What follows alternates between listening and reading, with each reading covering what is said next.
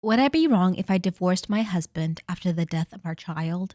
My husband Liam, 39 male, and I, 36 female, have been married for 11 years, together for 15. A couple of years ago, our little bundle of joy, our 6-year-old daughter, was snatched away from us in a car accident in which Liam was driving. I was at home when I had received a call from the hospital. Liam was in the ICU for a month while I received the terrible news of the death of our daughter who died on the spot. He went into shock when he heard the news. Ever since then, Liam has completely withdrawn from me. He took off all the pictures which contained our daughter, turned her room into a study, and pretended as if our daughter never existed. I knew he was grieving. Many times I had heard him silently weeping in our daughter's room. I tried to get him to therapy or for us to go to counseling, but he had shut down my offer every single time and goes in rage whenever I mention it. He yells, he breaks things, and storms off and doesn't come back home for a couple of days, leaving me worried sick. He barely comes home nowadays, completely avoids me, and rejects my every attempt for comfort. Once when I tried to make him understand that this wasn't what our daughter would have wanted, he completely lost it. Smashed a flower pot against the wall and told me to go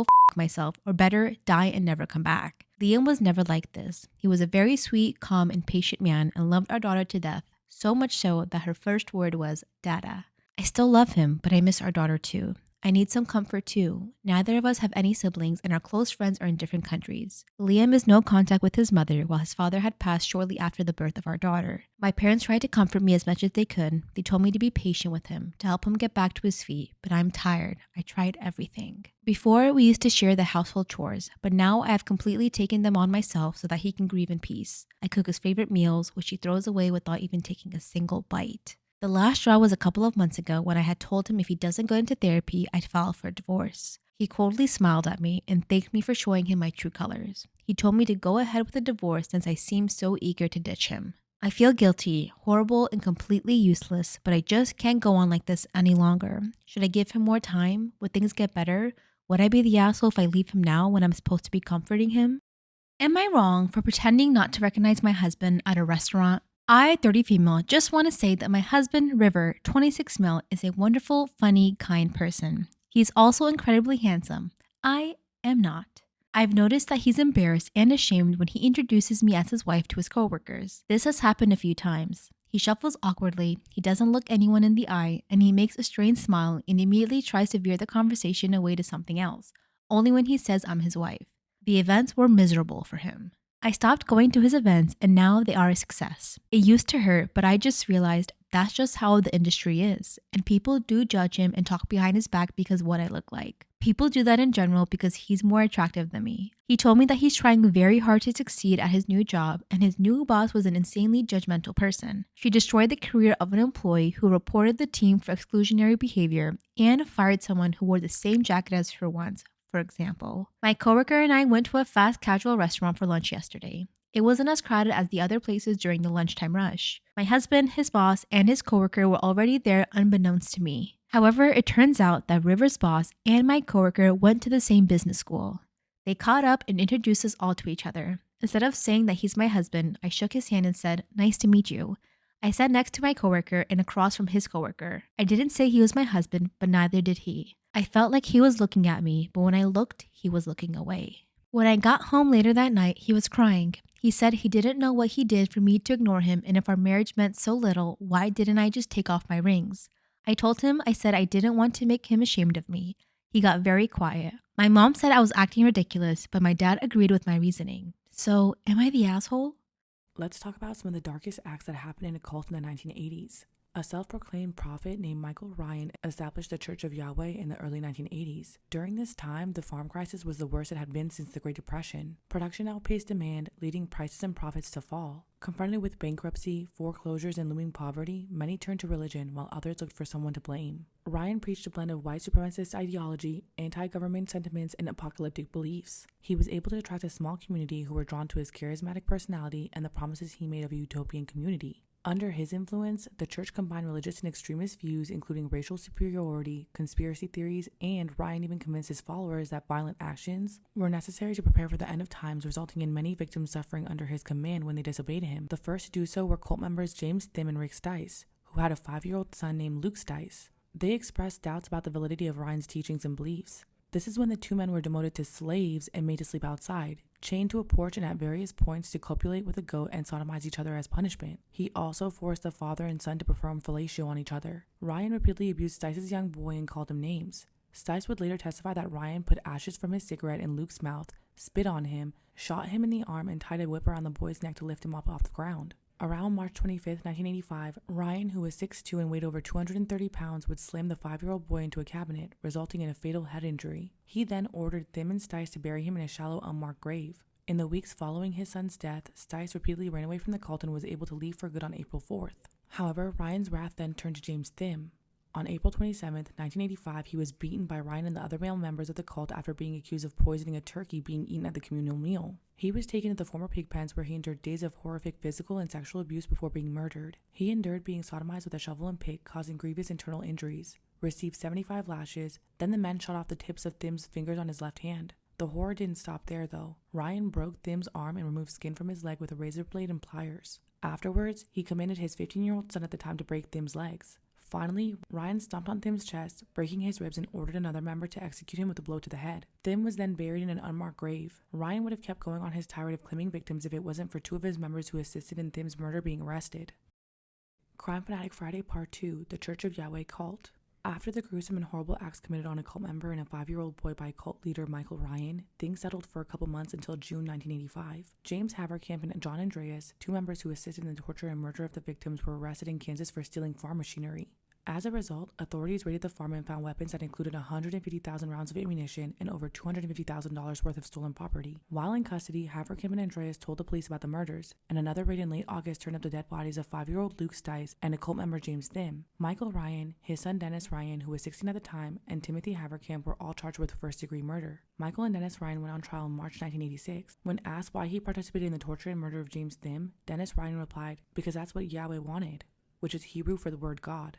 After 18 days of testimony, both were found guilty. Michael of first degree, his son of second degree. In October 1986, Michael Ryan was sentenced to death. Dennis Ryan was sentenced to life in prison, but was released in 1997, just 12 years after the sentence, and pleading guilty to manslaughter. Haverkamp and Andreas were sentenced to 26 years for assault charges, but were released in 1998. On May 24, 2015, after 30 years in prison and several stays of execution, Michael Ryan died on death row at the age of 66 from cancer. When Dennis Ryan was told his father was dying, he stated, "Best for everybody. Good riddance. Flush him down the toilet for all I care." He hadn't spoken to his father since their arrest and convictions. Dennis Ryan and the other former cult members give shocking testimonies in an episode of Deadly Cults, for those who are still interested in this case.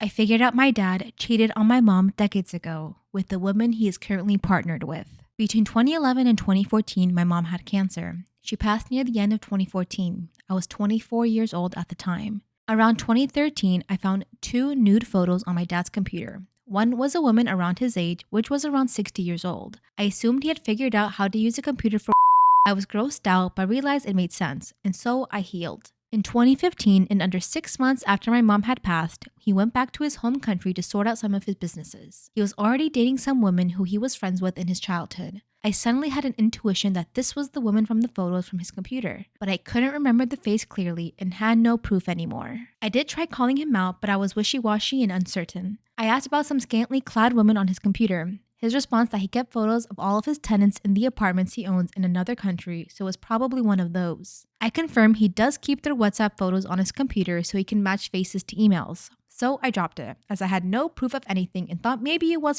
Fast forward to now. I'm 33 years old at this point. My dad and the woman have been partners for a decade. I visit and have dinner once a month or so. I needed a cell phone for something and my dad gave me his old one.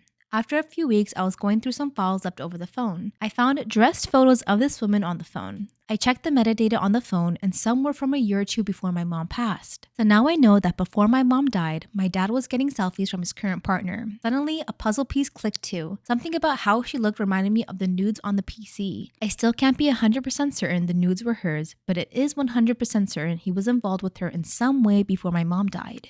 My dad never admits he's wrong. Anytime I've called him out on anything, he denies or puts it on me. So I feel mentioning it to him will just harm me. I've tried discussing this in therapy, but the therapist seems to brush over it. I guess they don't know what to do with it either. To make matters confusing, they both care about me. They have helped me through some very difficult times and have been there for me. So what do I do? Am I in the wrong for canceling our apartment signing after I found out that my boyfriend bought an expensive car?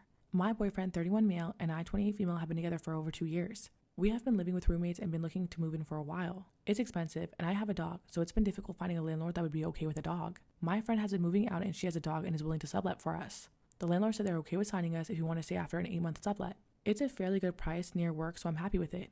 We went through the credit check and we're about to sign it, but recently I discovered that my boyfriend bought another car. He already has a daily driver, but wants a weekend car, which I personally find ridiculous why anyone would need 2 cars. He has a Honda Accord, that's fine, and he's never complained about any problems with it.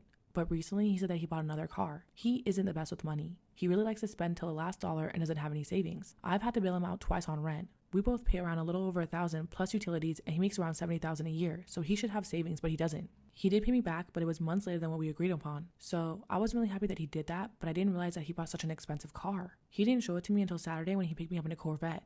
I didn't know what model it is, but I asked him how much it was, and he said it wasn't my business, and I was pissed off that he bought a clearly expensive car. He admitted later, because I refused to let it go, that it was $42,000 and he had traded in his Honda. Even then, his payments are almost $800 a month. I was so mad that he did that, especially because he asked me to cover the part of his share for the apartment security deposit a week before he bought the car. I called my friend and apologized. I told her that I can't sign the lease and she was okay with it. I hadn't paid the deposit yet, thankfully, and my roommate is okay with me staying, so I'm good.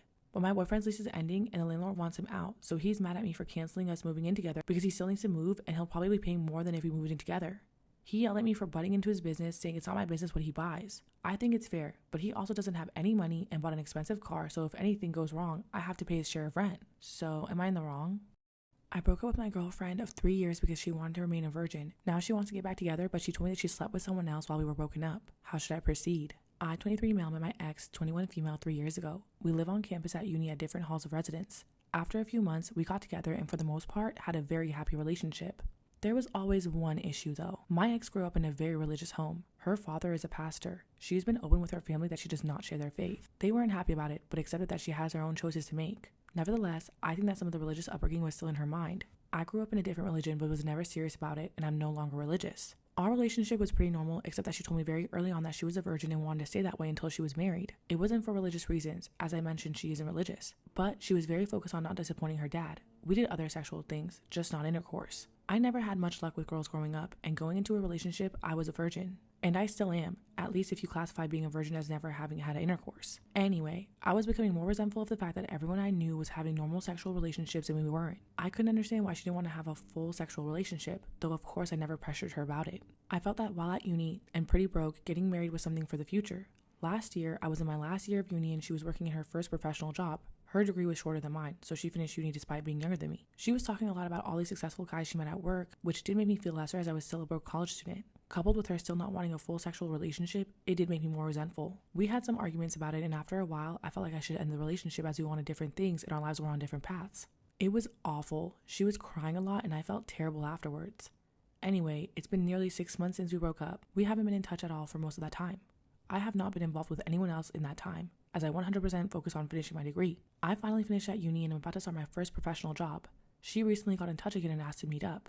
I was hesitant, but decided that we had so much good history that I should hear her out. She told me that she's been missing me terribly these past 6 months, that she thinks she wants to get back together and is open to having a sexual relationship now. I asked her why now, what changed, and she looked uncomfortable. After a little prying, she said she had a short-term fling with one of the older guys at work while we were broken up, which of course was fine as she wasn't my girlfriend anymore. Anyway, she said that he persisted her until she started having sex with him. She ended it with him recently. She was clear that it was consensual, but the guy was very persistent with pursuing a sexual relationship with her. I was gutted. I couldn't understand why she made me wait all those years, but was fine doing it with some new guy that she'd only been seeing in a short time. I asked if the reason she was open to having a sexual relationship now is because she wasn't a virgin anymore. She said yes. I asked her to give me some space to process all of this. I'm conflicted and would love some advice on this. I've missed her a lot and still have strong feelings for her, but at the same time it feels like I was strung along for years. It's hard to put my finger on why I don't want to take her back. Everything logically makes sense for us to get back together. I'd even get to finally have a sexual relationship with her, but I feel awful about this whole thing and don't want to ignore those feelings. Am I wrong for bringing my sister's wallet to the restaurant when she conveniently always forgets it? Story time. Great start. So my sister-in-law, who we will call Amy, often comes to visit us because she lives quite a way off. And we always let her stay with us instead of her getting a hotel. And whenever she comes round, she always wants to go to the most expensive restaurants in our area, which would not be an issue if she didn't forget her purse every single time we went out. They are the worst types of people, I swear. And she will always come up with some sort of random excuse as to why she can't pay her share. She's also implied on many occasions that since I make more money than her, I should be the one to pay all of the bill. Yes, I do make a fair amount of money, but not enough to treat this girl every single time she comes to stay. So there has been a few times now where I just couldn't be bothered with the argument, and I've paid the bill and I've just said, you know, pay me back over time or whenever you can. Have I seen that money? No. So last night we went out for a meal and she booked it. She made a reservation at, again, this super expensive restaurant. And I made it very clear before we left that I would not be paying the bill this time. So this is where I might be the arsehole. I put her purse straight into my handbag and we headed off to the restaurant. Once we were done eating, I took the liberty of asking for separate bills, though hers would be on a specific bill. And at this point, Amy starts panicking. She's like, what are you talking about? We just need one bill. Whoa. Right. She's like, no, we need one bill. I'm really sorry. I forgot my purse. And it was at that moment that I reached into my bag. And I was like, oh, you mean this purse? She hit the ceiling. Girlie was livid. She said I had absolutely no right touching her wallet or stealing it. Honey, do we not feel like steal is a pretty large word? So what do you think?